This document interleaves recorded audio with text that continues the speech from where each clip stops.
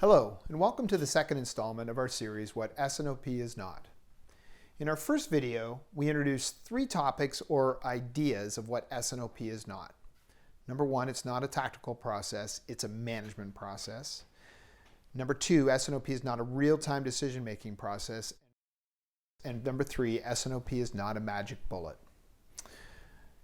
I covered how S&OP is not a tactical process in our first video. We dove into the importance of involving your executives to make it a management process and how to find the perfect model that suits your business needs. In this video, I'm going to address why S&OP is not a real-time decision-making process. In some technology circles, there's a push to something called real-time S&OP. The idea being that a monthly cadence no longer makes sense because we can create real-time dashboards and control towers that show where we are at this moment, and we can make decisions on the fly. And there's really no need to step back monthly and look at the plan. After all, who wants to be locked into a plan that was created 30 days ago when the world may have changed in those 30 days? We want to be nimble. We want to react. As such, there's been a push to move from the traditional view of S&OP, where it sits at the middle of the planning process, a separate but connected planning step, with defined inputs and outputs happening on a monthly cadence. The push with technology is to move to a more integrated approach, where S&OP, demand planning, and production scheduling are all being done in a continuous loop all the time. We are able to react and reprioritize on the fly, allowing us to react to changes in demand or supply issues all at once. While I would agree with the premise that you need to be able to react to what is happening, it is more important to establish operating parameters or operating strategies beforehand so that you know if we should react or not. Think about playing a sport or a board game where there's really no rules or guidelines within which the game is played. It quickly would devolve into chaos.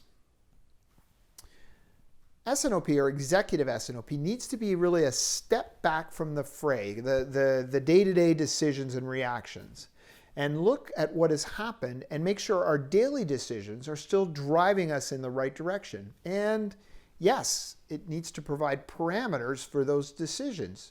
Just because that customer asks for a large order to be delivered in 5 days, does that mean we should react? The answer may be yes, or it may be no, but the person making that decision should be clear on the parameters for that decision and be held accountable to making the right decision. Looking at the standard diagram, the arrows go both ways. The S&OP process informs or sets the parameters for the demand plan and the production plan, but it also takes feedback, is informed by those processes to identify what must be changed in the plan. The feedback loop validates the accuracy of the plans. If they're not accurate, what happened?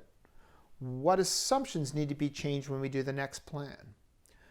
What buffers do we need to have in place between demand and supply to meet our strategic objectives? Do we need to change the plans going forward? This type of step back and the evaluation of where we're going can't be done in a real-time decision-making process. First, if we're doing the step back from the fray on a weekly basis or even a daily basis, we start working in smaller and smaller buckets. The smaller the bucket, the harder it is to look further out.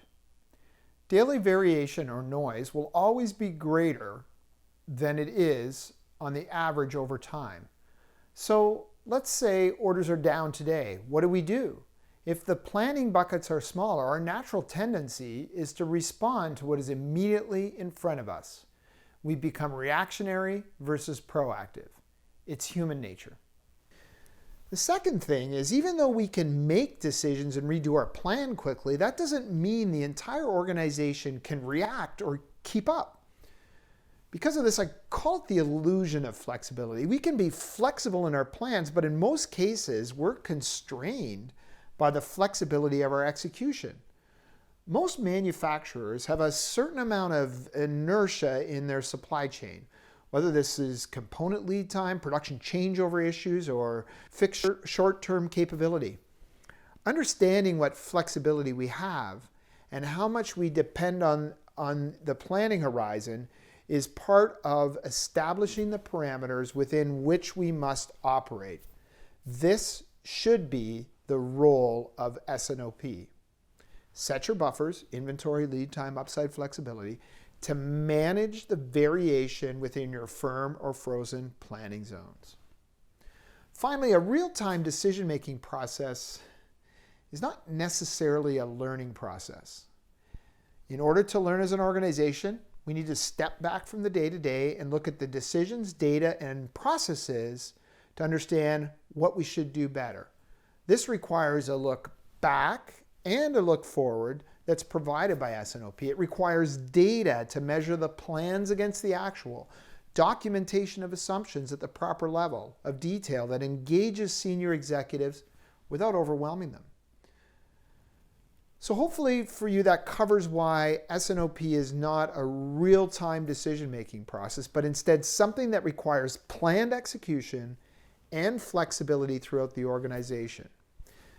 This has been part 2 of our series, What S&OP is Not. If you found this helpful, please give this video a thumbs up.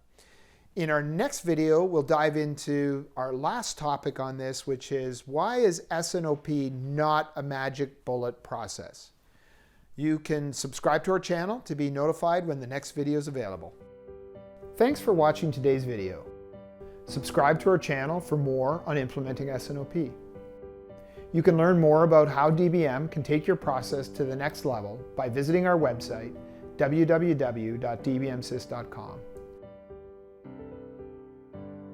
Thank you and take care.